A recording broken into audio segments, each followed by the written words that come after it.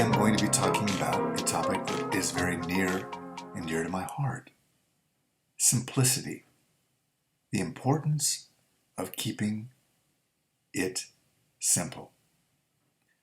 Oftentimes students look at my writing and they say, Mr. Durst, you write like a fifth grader. And I take that as a compliment. Rather than trying to overcomplicate things, I simplify them. Why? I think the reader appreciates that. I have compassion for the reader.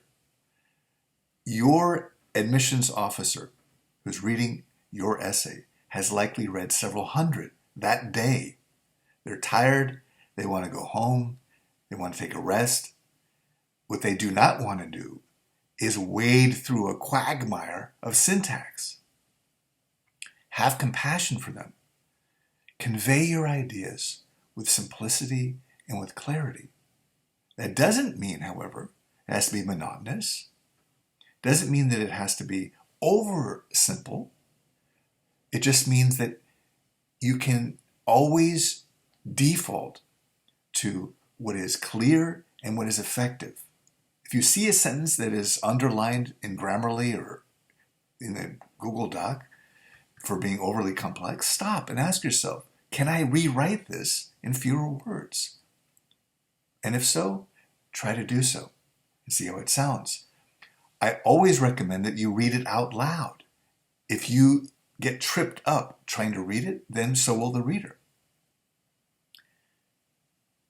Again, after you're done, go back and also see if you can vary the syntax.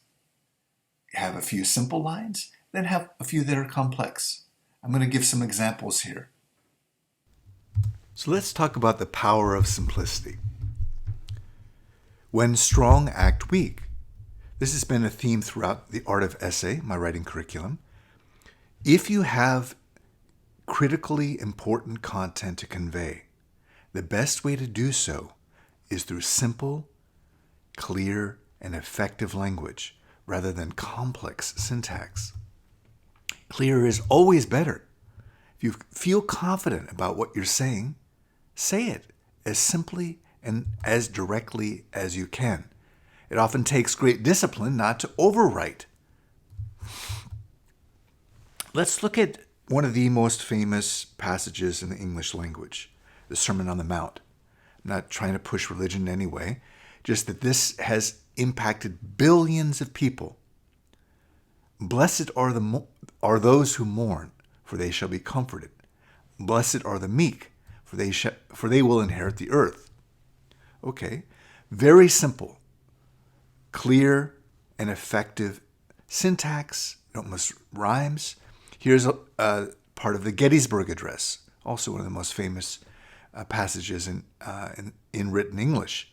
But in a larger sense, we cannot dedicate, we cannot consecrate, we cannot hallow this ground. Okay, parallelism, very simple syntax.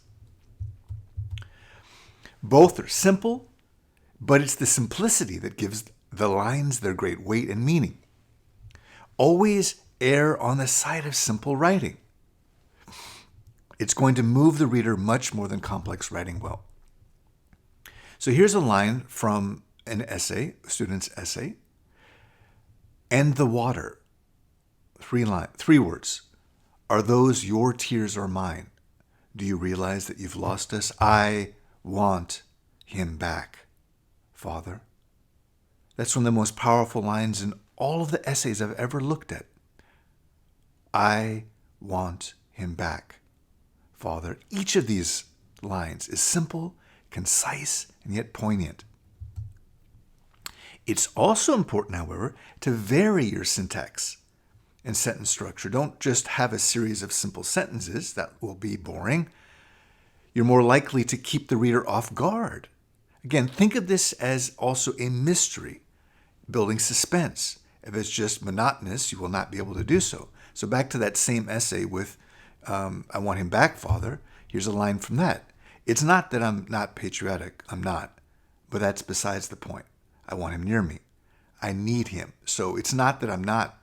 Okay, I'm not. So you have a triple not with the semicolon, and then you have, I want him near me. I need him. It ends with a 3-word sentence.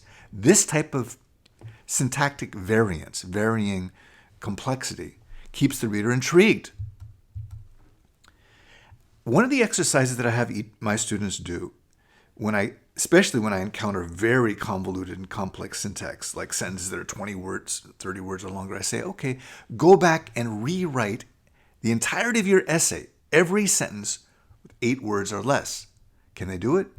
I think once they do, they'll distill what they're trying to say to its pith.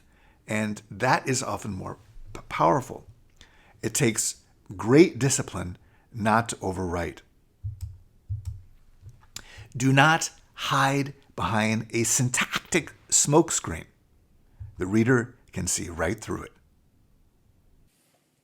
As we saw from the student's example, having a line like, "I want him back, Father," or "I need him," those simple, powerful punches, juxtapose with "it's not that I'm not, but I'm not," that more complex syntax tells the reader, well, I know how to write well, I have full command of the grammar at my disposal, but I'm choosing to convey my ideas with clarity and with brevity because I have confidence and because I have respect for you and myself.